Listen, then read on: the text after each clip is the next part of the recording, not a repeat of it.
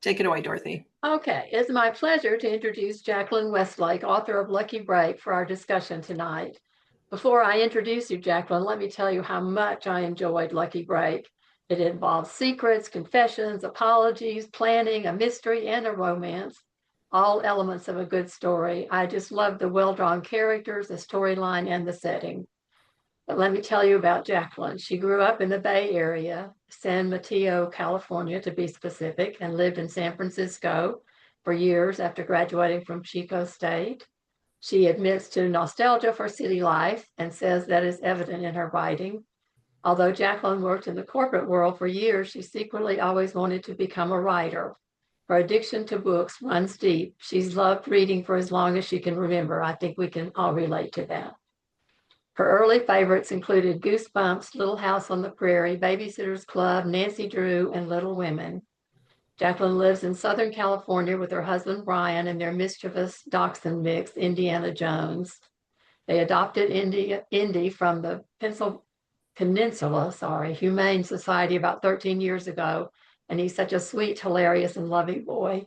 I know you want to know what Indy's hobbies are. They include asking for treats, napping, being stubborn, asking for more treats, sunbathing, cuddling, asking for treats, and burrowing under soft blankets. So please welcome Jaclyn Westlake. Thank you for that beautiful introduction, Dorothy. I loved it. Right.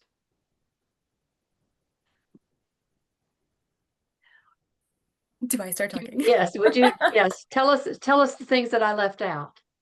I'm so sorry. This is my first event where it's just for me, so thank you all for bearing with me. That's wonderful. Hello, I'm Jaclyn Westlake. As Dorothy mentioned, I am a California native, but my mom grew up in Wisconsin, just outside of Milwaukee.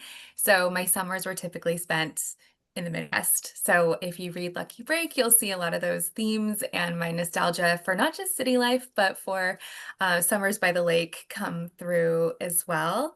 I really like writing stories about women who are imperfect, but are doing their best to figure things out, and trying to do as little damage to the people around them as possible, which I can relate to on a personal level. And I am so excited to be here to talk about Lucky Break today. Would you like me all to tell you a little bit about the book? Okay. So Lucky Break is contemporary women's fiction, and as Dorothy mentioned, it also has some fun romantic elements and a little bit of mystery as well. It follows Eliza, who is 32 years old and has had her life planned out to a T ever since she was 16. But when her engagement falls apart unexpectedly, she is completely adrift. So on a whim, she decides to take a chance to move to this small Midwestern lake town in Minnesota. It's a fictional town called Juneberry Lake, and she meets this lovely group of new neighbors who are a little bit distant, even though they're friendly. It's because they're hiding a very, very big secret. She also meets a charming newcomer named Joel and a three-legged dog named Potato, who, of course, is loosely inspired by my own dog.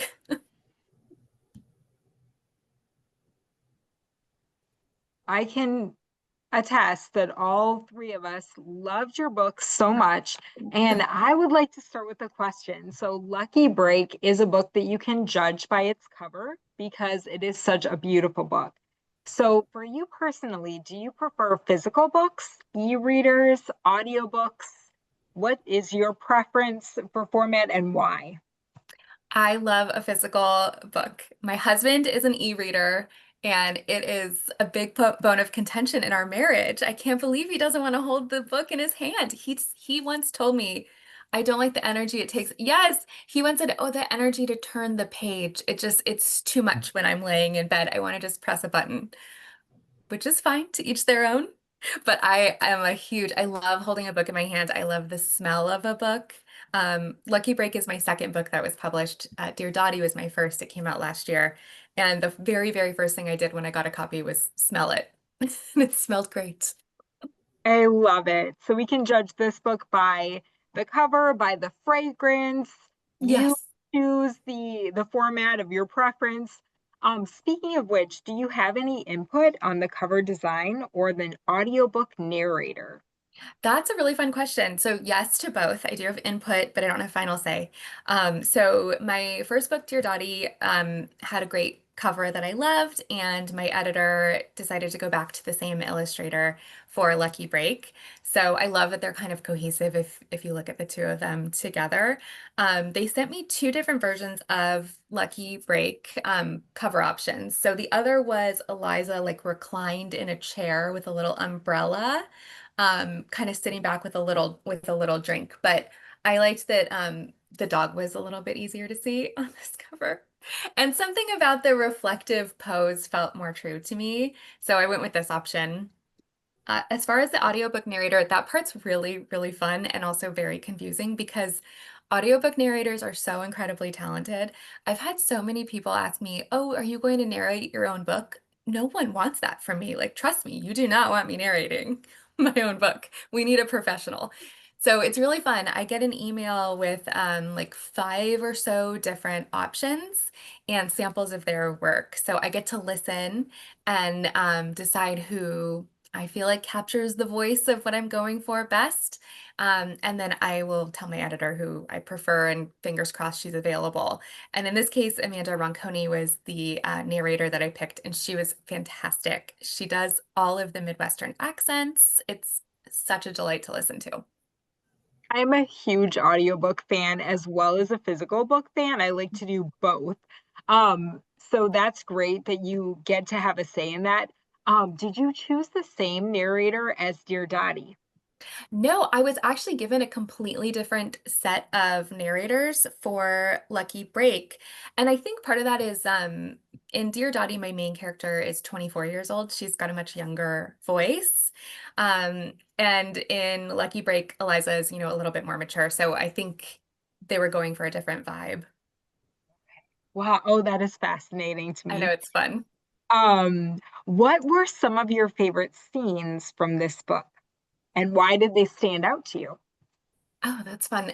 Some of my favorite scenes from this book, I tend to like scenes where I can get a bunch of my characters all together and see how they interact with each other. I always find that to be really fun. So a couple that I can call out would be early in the book, Eliza goes to visit her parents and her brother at their family bakery, which is loosely inspired by this amazing bakery in San Francisco. It's been around for more than 100 years. It's called Liguria Bakery. My mom's from Wisconsin. My dad is Italian American. And so having a family lunch without Liguria focaccia just is unheard of. It doesn't happen.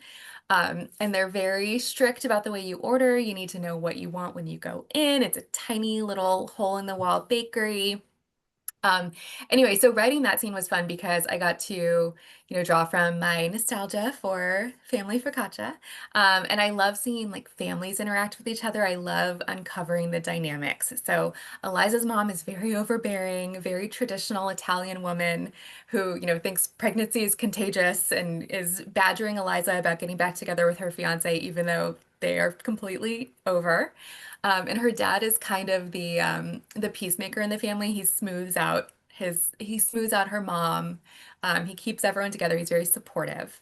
And then her brother Enzo is one of my favorite characters. He's her younger brother, and he is like very no nonsense. He loves running the bakery, but he's also incredibly empathetic, and so he always has Eliza's back, which is was really fun to see.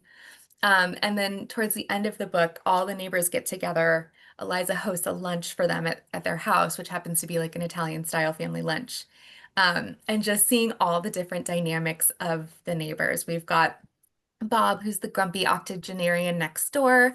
We have Marge and Gal, who are a married couple who run a dog foster out of their house. They're very opposite. Marge is like very elegant, and Gal loves like rhinestone everything, everything. And then there's Lynette, and she's a mom of two, and she kind of becomes Eliza's really close friend. There's a reclusive writer named Stuart. And so seeing them all interact with each other and writing the scene where the secret is revealed was quite fun as well. I think those of us who have read the book will attest that that is a dramatic scene, and we're excited for Right. everyone to experience that. Why did you write Lucky Break? What inspired you? So I had a career advice column on a site called The Muse for years. And I think it was in 2021, my editor asked me to write an article about relocation incentive programs around the country. And so I interviewed people in Topeka, Kansas, Tucson, Arizona, Tulsa, Oklahoma, and in this region of Alabama they call the Shoals. And these relocation incentive programs were offering money, like real money, to remote workers to move to their towns, and we're giving them up to $10,000 or $15,000 towards the purchase of a home, so long as they, stayed in the area for a year or two. Every program was a little different. But I was so inspired by the people who had actually like taken this opportunity and moved to a new place and started a whole new life. And so that really got my creative wheels turning. I'm like, oh my gosh, leaving the city behind and starting fresh in a small town. That's just such a fun trope. So that was kind of where the seed of the story started for me. And then I also really wanted to feel, my first book, Dear Dottie, I didn't have a book deal for. I wrote it over the course of several years, hoping someday someone would want to read it. With Lucky Break, I had a 2-book deal, so I did have a deadline. So I wanted to have as much fun as I could, knowing that I was going to have to write a lot more quickly than when I was not on a deadline. So there's nothing more fun to me than Summer by a Lake. So putting those two together and then just kind of thinking about the types of people that you meet in a little neighborhood, and I love found family stories. It all kind of just tied together well. Lucky Break. Broken Arrow is a suburb of Tulsa, so I'm Yes. familiar with the program here, and so that I could understand Eliza's taking that opportunity. But it's a much smaller town, Juneberry, but still that gave you a chance to bring those people together. And found family is my absolute favorite. Me too. And the Tulsa program is huge. I think it's probably the most successful one in the country. It is successful. Yeah, they're amazing. And you touched on it a little bit already, but could you, for the people in the audience or who listen to the recording afterwards, can you kind of give us a synopsis of the book? Yeah, absolutely. So the book starts out with, meeting Eliza, and she is a planner. So she's down to, what job she's going to have, when she's going to get promoted, when she's getting married, when she's having kids. She's literally plotted out her entire life. And there's a reason for that that becomes more clear as you read the book. But in the beginning, she's broken up with her fiance, Marco, and the people in her life are not terribly understanding of her reasons for ending this seemingly perfect relationship. So I think it's a combination of her not feeling totally supported and also feeling quite lost. She jumps at this opportunity to join a relocation incentive program that she happens across one night as she's browsing for apartment listings in San Francisco, and decides to pick up and move across the country to Juneberry Lake, Minnesota. And she meets this quirky little group of neighbors who are friendly. They're Midwestern friendly. They bring over hot dishes, they bring over cookies, but they're all kind of hiding something. So because she's feeling a little bit left out from her neighborhood, she ends up befriending the owner of a coffee shop in town, and also this fellow newcomer named Joel Jawowski, who is a Packers fan, which I have to say, because the book is set in Minnesota, but my family's from Wisconsin, and I had to give them something. So I made the love interest a Packers fan. I don't know if that was enough to appease them, but that's okay. And Joel ends up kind of getting involved in investigating what the neighbors are hiding. It all kind of revolves around the woman who owned the home before Eliza. Her name was Erica. And the neighbors are quite cagey about what happened to Erica and where she went. I love the scene in the corn maze where Oh, yeah. Eliza overhears something important, and that, kind of trickles down to giving us more about the mystery. Yeah, that was a fun scene too. Just I love a county fair, and so I kind of wanted to have some fun with the end of summer festival. And I love a corn maze. My uncle in Wisconsin used to have a go-kart track that went through a corn maze. It was very fun. So I'm glad you liked that scene. It was fun thinking of all the little events that would happen at the festival. I know. I feel like this is the perfect season to be having this interview with Lucky Yeah. Break in the fall. It's just like a very timely book. Speaking of which, do you have any takeaways that you wish for your readers to come away from Lucky Break with? Yeah, I think probably my biggest takeaway that I hope people come away from reading the book is that your life can look lots of different ways and you can be happy. There are a lot, I think one of the characters says it might have even be Grumpy Bob.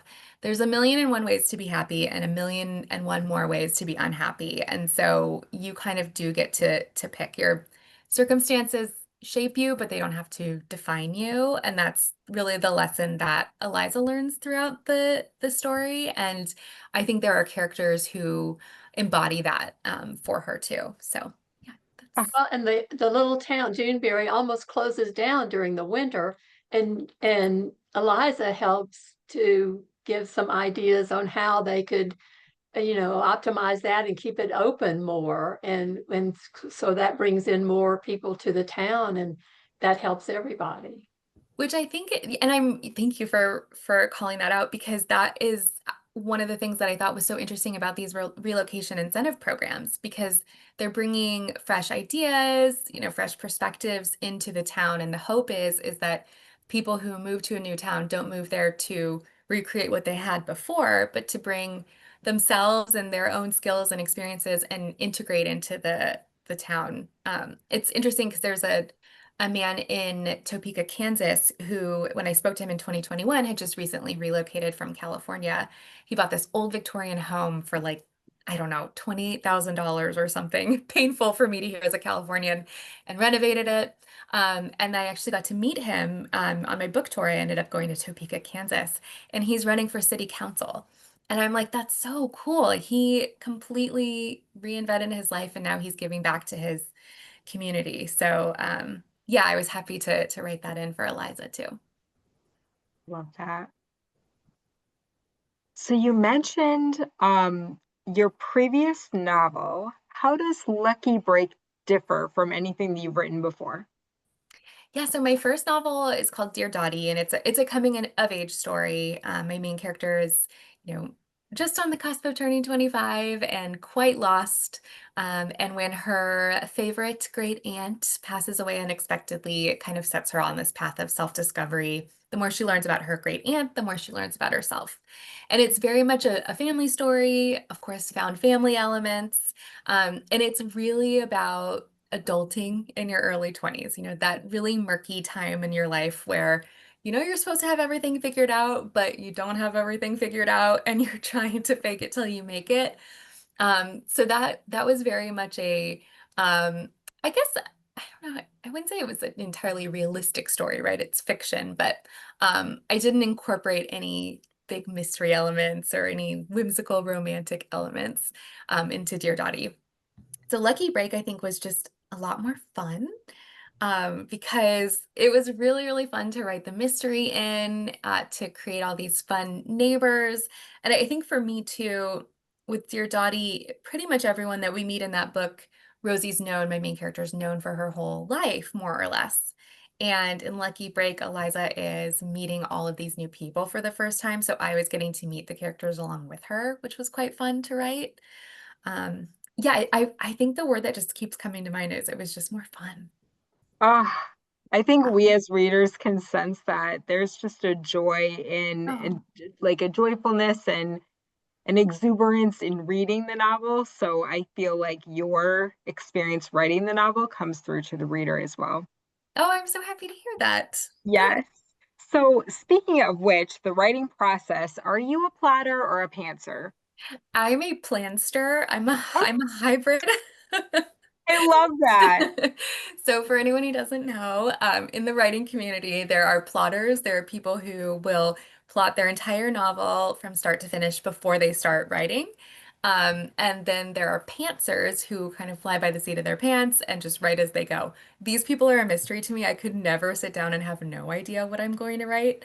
Um, but I'm kind of in the middle. I like to have a very loose outline and kind of know the main moments that I'm writing towards, and then let the rest fill itself in. So when I sat down to write Lucky Break, I knew the main events that were going to happen. Like I knew midway through we were working towards Eliza feeling like she's in with the neighbors, and then Van Fisher, the private investigator, is going to show up and flip that on its head.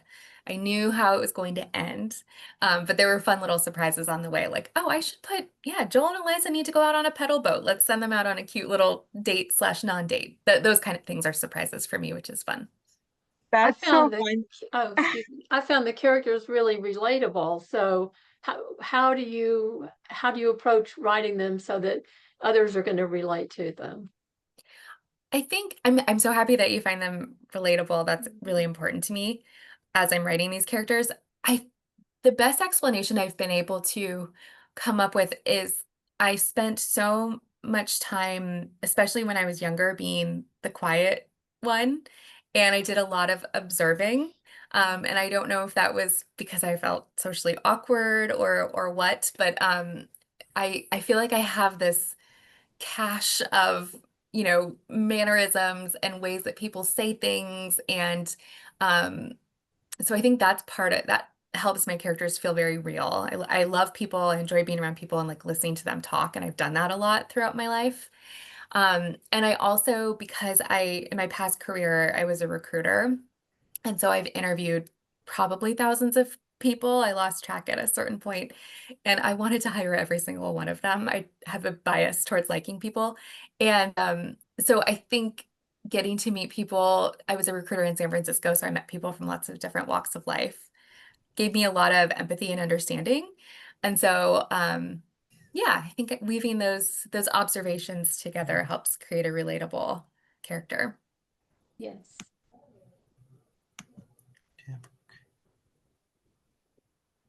Well, one thing I think about too is you've worked so hard on this novel and you've put so much energy and time in it. How do you say goodbye to those characters when when you close the book and you're ready to send it off? It's kind of, yeah, that's a good question. It's kind of a process. If you're traditionally published, from the moment when you turn your book into your editor to when you hold it in your hands, there's several months that pass. And that is kind of the time that you want to start letting those characters go.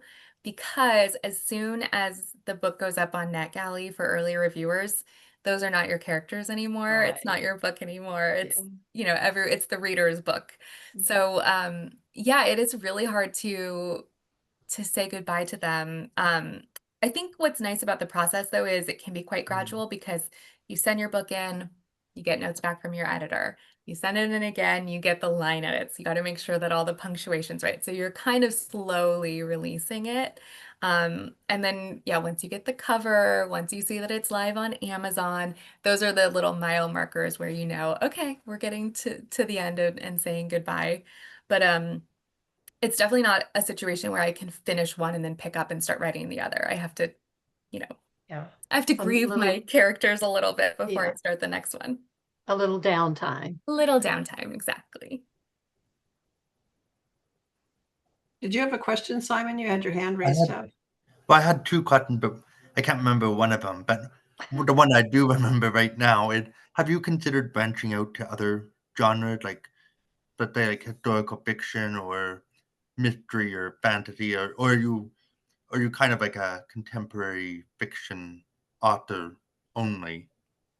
Yeah, I have thought about branching out into other genres. I think I'll probably stay in the contemporary fiction world, primarily because I'm lazy about research. Historical fiction authors are incredible. The research they do never ceases to amaze me.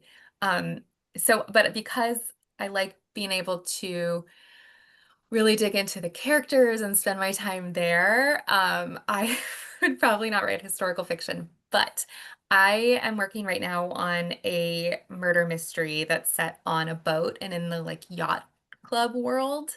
So that's kind of a branch off. And I also have an idea for a magical realism novel that would also be contemporary. I think probably the thread that I'll always carry is, a female character who is figuring something out, like a hallmark of women's fiction and why I love women's fiction so much, even though it's kind of a squishy genre, is that when you meet the main character, it's clear that they have something that they need to learn from life, and you get to watch them learn it. The story is the journey of them learning the lesson, and I just find that really interesting. So The mystery that we included in Lucky Break, did that sort of lead you into this new mystery? Yes, I had so much fun writing a mystery, and this is a minor spoiler. It's what the neighbors are hiding is not a murder. So I wanted to write a more wholesome mystery, a feel-good book. But it's funny because I've had so many readers go, I thought that Erica was dead. I thought they murdered her. I thought they murdered her. So anyway, I'm like, oh well, no, maybe. I can't. I know. I didn't see that at all. No. Okay, thank you.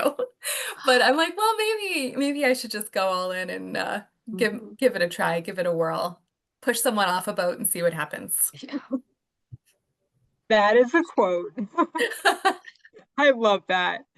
So do you have a preference for where you like to write? Do you have like a writing routine, a vision board? How long does it take you typically to write a book?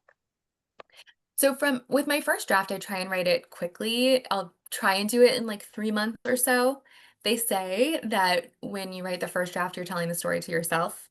So I find my first drafts to be quite skeletal. I'll fill in a lot of the fun layers and character mannerism and all that later. The second draft, they say, is telling it to someone else, and the third draft is polishing it up for your editor. So I try to follow that, and that can be done theoretically in 9 months. Some people are much faster. Some people are much slower. As far as my writing routine, I love writing in the mornings. I love having like a cup of coffee, still being kind of cozy. The sun's not all the way up, and I can kind of just settle in. I also like to light a candle, especially now that we're getting into fall. I just like having a little cozy setup. And I have a desk in my house that I typically sit at, but sometimes I write from bed. Depends. Do you have some kind of ritual celebration when it's all done?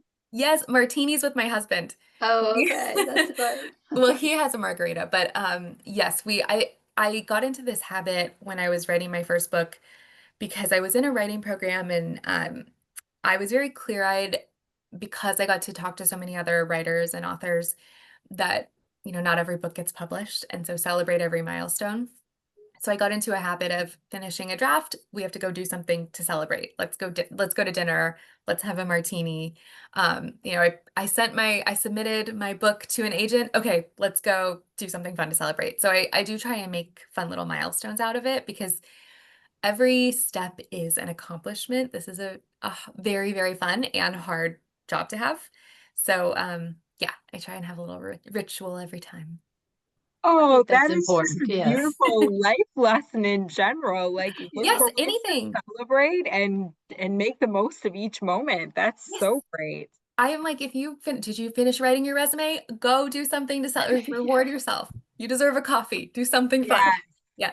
I wonder if that contributes to the sense of fun and playfulness in the novel too, like your own process in writing it and celebrating.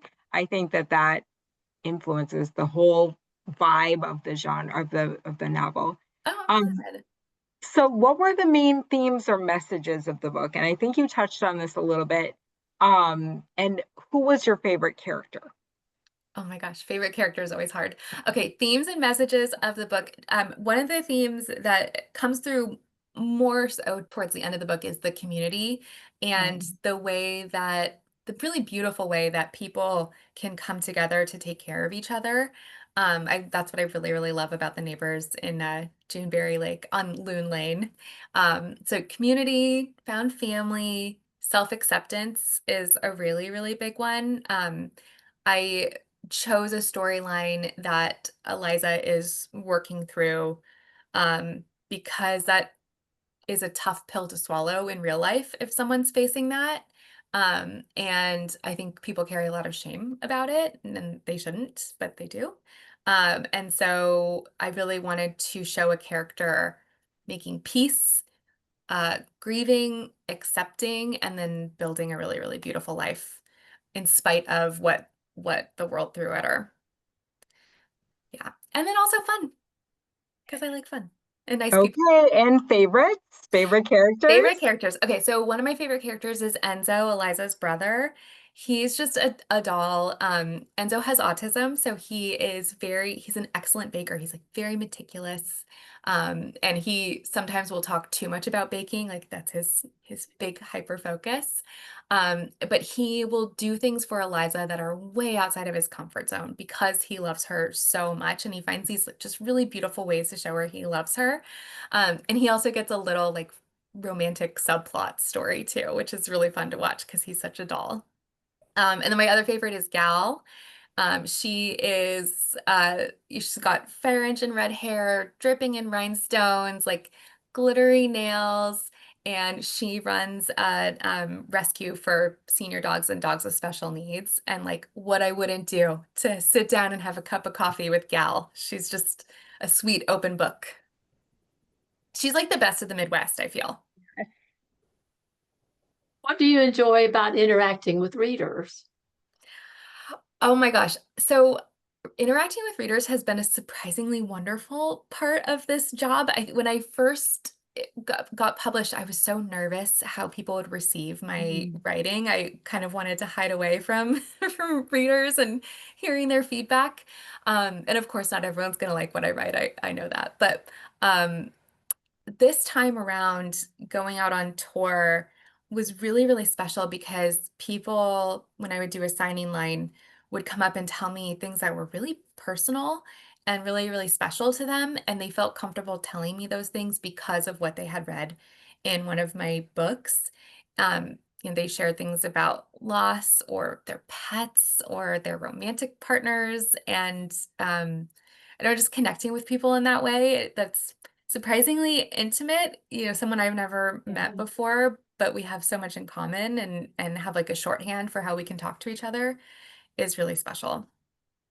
I think readers do feel they know you a little bit from having read the book and then feel comfortable telling you those things. I could see that. Yeah, and I don't take it lightly. Oh, I yes. think about there are quite a few people that I met on this last tour that I still think about, and I keep hoping that they'll find me on Instagram and tell me how they're doing because, yeah, they made a mark on me. So if this were a series, what would the second book be called, and or who would the main character be? Ooh, if this was a series, okay. Who needs a story in Lucky Break? I mean, it would be quite fun to follow Enzo and his life in San Francisco. Maybe Enzo's getting married to his new girlfriend, Allison. And yeah, that could be very cute. So yeah, maybe it would be Enzo's wedding. What would it be called? I don't know. I got to think about what it would be called. I know, would you do something with the title, like Lucky something else, or maybe Lucky. something else? Yeah. I don't know. I just thought it could lend itself to a That would sequel. be fun. That would be very fun. That would be fun. You know what else could be fun too is seeing Erica's life in Yes. the Bahamas or wherever she is. Oh. Yeah, that could be fun too. Okay, well, maybe pin that onto your vision board for the Thank you. future. I will. Yes, and then did this story change any opinions that you may have had about contemporary women's novels or romance novels, mystery novels before reading? Or before Before writing it, well, okay, I will say I have always been terrified to try and write romance, like straight up romance. I actually think that's one of the harder genres to write because the beats are so ingrained and romance readers know what they want, they know what they came for. They are very well educated on the craft of romance writing. So I find that a little bit intimidating. I don't know if I can live up to Ah, what some of these incredible authors have done, because in the end, you're writing someone falling in love, which is the most magical and difficult feeling to capture. So writing a little bit of romance was so much fun. I had a blast doing, the little banter with Joel and Eliza. But to turn that into a whole book, I already had a lot of respect and fear of writing romance. And I think I came away with even more. I thought So I'm reading a thriller. I thought that worked out really well the meetings in the coffee shop, you know, where they Yeah. just get to know each other casually and then learn more about each other as time goes on. That seemed very realistic. Thank you. Yeah, it's definitely not a, fall hard, fall Mm. fast, sweep off your feet romance storyline. It's definitely a little more slow burn and realistic. It is such a beautiful hybrid of a variety of genres. You've got the contemporary women, you've got the little bit of romance, you've got a little bit of mystery, and then this beautiful story. So I Oh, think you thank you. nailed it. Thank you. I agree. Thank you. You're very kind. I'm glad you enjoyed it. What kind of books do you enjoy reading? I read pretty widely. I like a lot of different genres, so I kind of bounce around depending on my mood or if I need a palate cleanser. So I'll read a really intense thriller, and then I'll read a romance, and then I'll want a literary fiction, and then I'll want a mystery, and then I want romance again. So I kind of bounce all around. Um, right now, I just started reading Finding Grace. I don't know if anyone's read that, but I'm enjoying it a lot. I don't even know how to describe it. It's like a literary thriller, I guess. Yeah, yeah. A Yeah, contemporary literary contemporary. thriller. Yes, I've it's. heard amazing things. I have not. It's on my I haven't read huge it. pile No. of TBR. I'll Mm. tell you, if you get to the end of the first chapter and don't want to read more, I don't know that we can ever relate to each other. I got to the end of the first chapter and I was like, oh my God, I got it. What's happening? I didn't see this coming. Yeah, it's very good so far. So when Simon, did you, did you think of your other question? I was just going to ask when you first discovered that you wanted to be a writer. I mean, were you a big reader when you were a child and just got a bug one day, or was there a particular moment that you had this moment of inspiration?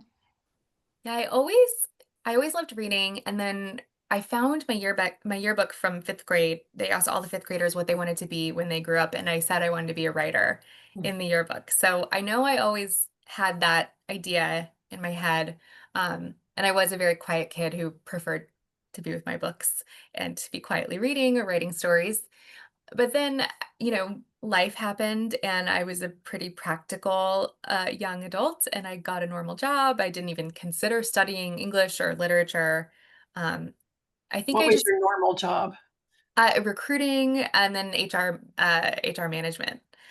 So and yeah, I didn't know anyone who had been a writer. It didn't occur to me that that could be a real job. Um, and it wasn't until I was into my 30s and kind of hit a wall with HR. Um, I ended up at a company where they were letting a lot of people go. And I was the person who had to have those conversations, which is awful. And I got to a point where I was like, I'm the Grim Reaper of this company and I cannot keep doing this anymore. So, because I needed a break, I started a resume writing business, which led to a career advice column, which kind of reignited my love of writing and inspired me to finally just go for it. And I enrolled in a writing program through Stanford Continuing Studies and wrote my first novel in that program while juggling a bunch of freelance jobs because I had to pay bills. So I was a personal assistant and a real estate assistant and a virtual assistant and a bunch of other things. That's You could great. use that virtual assistant in Eliza's job. Yeah. I'm intrigued by your advice column job. So can you elaborate a little more on that? Do you have any juicy stories, any kind of fun columns that you had to write or? I mean, yeah, I have a lot of juicy stories. When working in HR is actually a great job to have if you want to be a writer someday because you're exposed to so many people and so many wild behaviors. Like an innocuous one is one of the executives at a company I worked for got into the habit of just walking around the office barefoot and it was freaking some people out. So I had to ask him to put socks on his little tootsies. And you just have these like funny, quirky interactions with people. Um, yeah, so my advice column was mostly geared towards job seekers and kind of helping demystify the job search process. Like, what do recruiters really look for and care about on your resume. What's the difference between an initial phone screen and a second round interview? You know, like a first round interview with a recruiter, they just want to make sure that you can communicate. It's not a high pressure, you know, interview. Um, I wrote sample questions or sample answers to interview questions. I ended up doing a bunch of resume templates for different types of careers. It was a really, really fun way to apply my experience in a different medium and actually feel like I was, instead of being the gatekeeper screening people out, I was lowering the gates and letting people in. So it was a very, very fun job. And it was the first time I ever saw my name, you know, published anywhere, which was really thrilling. And I got experience working with editors too, which I think helped a ton when it came time to get my book edited, because they give you a lot of feedback. You have a hobby outside of writing? Yeah, I mean, well, okay, reading, of course, and Of course. and dogs, obviously. Mhm. But I'm kind of an indoor person. Like I love a puzzle. I've gotten really into those book nooks. Has anyone seen those? But they're like they're so cute. They're like a little 3D world that you build and then you can pop it Oh, on your yeah. bookshelf. So that's very fun. I enjoy that quite a bit. And I live really close to the beach, so I often will pop down to the beach with the dog and yeah. That's great. Thank you. I got one of those book nooks for my You did? niece. Yes, And she's like totally obsessed. We're both obsessed with books. they're That's what so runs in fun. the family. But I have a selfish question. So I am a fourth grade teacher, and I loved what you shared about your fifth grade entry in your yearbook. Do you have a teacher or another person in your life who really was instrumental in your journey as a writer? That's so funny. My fourth grade teacher, Mrs. Poole, was incredible. She would do all these creative writing exercises with us. She was really passionate about writing. Her daughter actually was a writer too. So obviously it ran in her family. But I remember we were learning about the gold rush days, which especially in California, like the field trips were always to go panning for gold and, you know, learning about the gold rush. And I wrote a story about a woman who was staking her own claim, and she was going to be a miner on her own. And my teacher was so enthusiastic about the story. Mrs. Poole was the best. And yeah, she was really encouraging and supportive. And it was the first time I think that anyone had ever told me I was good at something. You know, I wasn't like a strong math or science student or PE. My God, that was never happening. So that was, yeah. So yeah, I think that was like my first time where I realized, oh, this is something that I'm good at, and Mrs. Poole was the best. As a lifelong Californian, have you ever thought about being Eliza and just jumping into a whole new life? You know, I have. There's been times, it's so funny when I was looking at colleges, I really wanted to go to college in Oklahoma. I was like, what's different? What's the most different place I can go? I wanted to experience something that wasn't the Bay Area. So I ended up going instead. My parents were like, we aren't paying for you to go out of state. Um, but I ended up going to a small college in a more rural area. But yeah, I think I've always craved experiencing something different. And I've always fantasized, of course, about moving to Wisconsin, which my cousins have bugged me about for years. But now I'm in my 40s. I'm established. I'm married to another native Californian who does not do snow. So I think I'm stuck here. Well, you can live vicariously through Eliza and other characters. Exactly. And I loved when I went to on my book tour and I got to go to Topeka, Kansas. I was like, oh, I love the Midwest. I just love this feeling and I love the humidity and the fireflies and yeah, so I think this is the perfect job for me to invent excuses to go experience other places so I can write about them. We have a lovely independent bookstore in Tulsa called Magic City, and they bring authors in. So keep that in mind for your next book tour. I'm gonna write it down. I love following local bookstores. Magic Books, yeah. Okay. Thank you. Can you tell us a little bit about your publication journey? Were you one of those authors who got an agent and a publisher right away?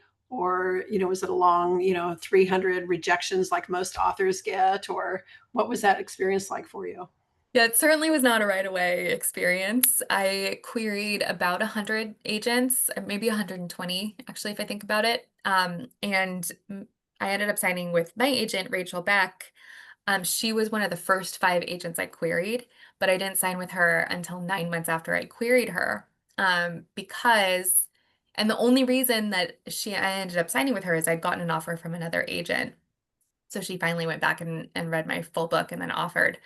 And I loved her when we talked. It just felt like the right fit. So that was a 9 month wait with a lot of rejections. And then we went out on submission. And I think it was another 9 months that I was out on submission, which is quite long.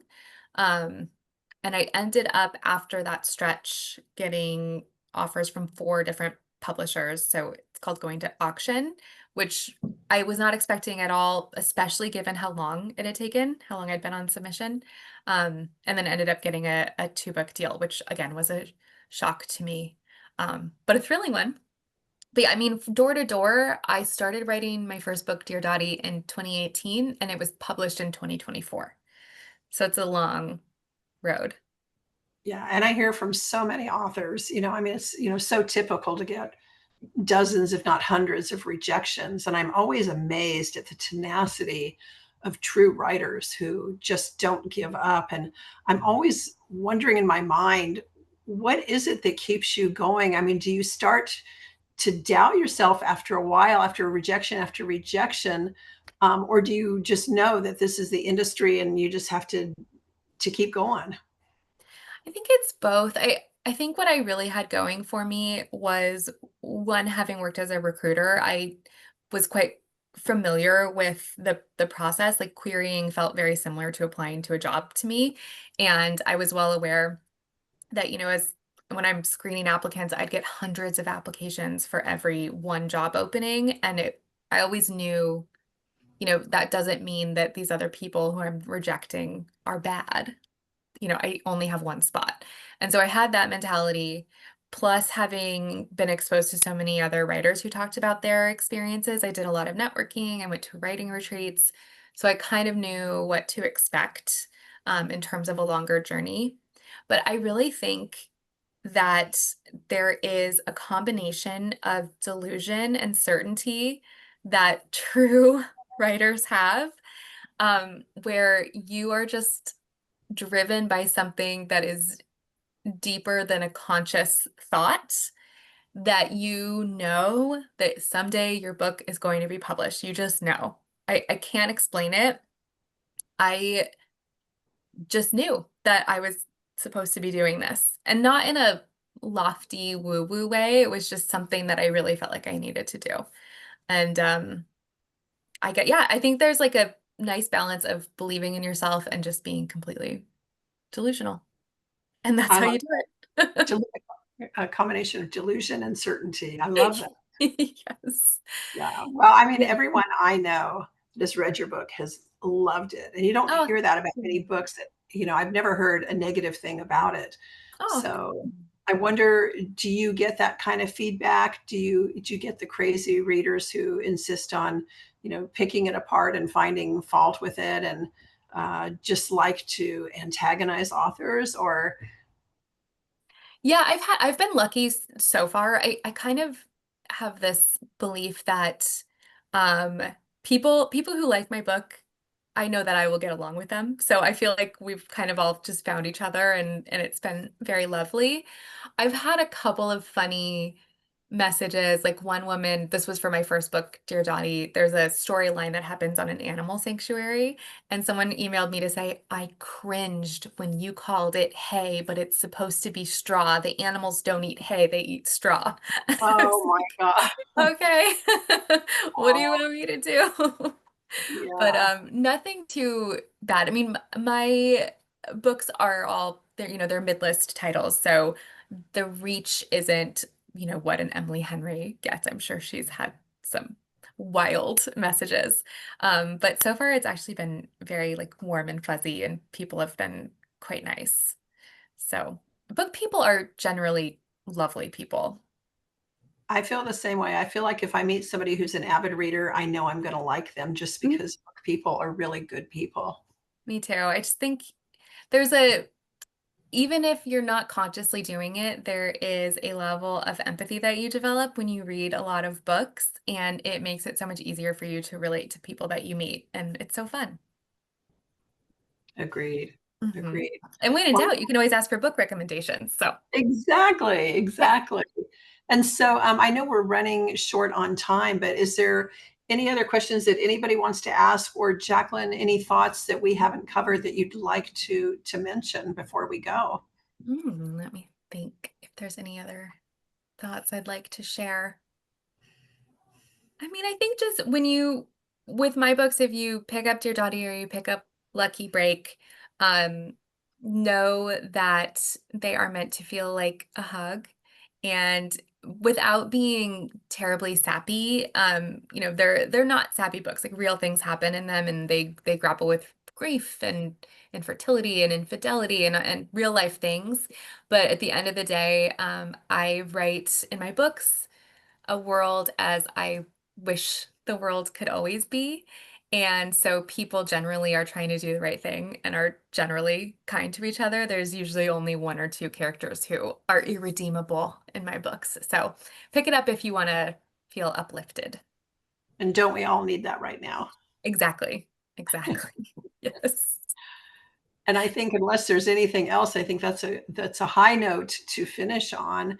I wanted to personally thank our three amazing ambassadors. Dorothy has been sick all week, and she made an effort because she loved the book so much and she wanted to meet you, Jaclyn. She couldn't wait to be here. So I applaud her for being here. And Jennifer and Simon, you were great additions to the discussion today. And I always love seeing your smile, Jennifer. I mean, I can't but help feeling happy when I'm around you. And I feel the same way with Jaclyn, always a smile on your face. And I try to remember that when I'm going through life, that it just makes you feel good to smile. Well, I think it's like what you said, Jaclyn, like book people are a joyful community and supportive. And that's what I love about Adventures by the Book. That's what I love about this participating as an ambassador, about interviewing our authors. It's just such an uplifting and positive literary experience and like community experience, because reading can be an isolating. You think of reading, by yourself, but it really is a social experience, and you get so much more out of it when you are able to talk to other readers and talk to authors. So thank you for being here. Nicely said, Jennifer. And yeah, Jaclyn, thank you so much. We wish you continued success and book club visits and readers and positive reviews and all good things to you, because your books are fabulous and we love you, and we appreciate you taking the time to be here. So if that's everything, then I just want to close by saying, what is going to be your next adventure by the book? Good night, everybody. Thank you.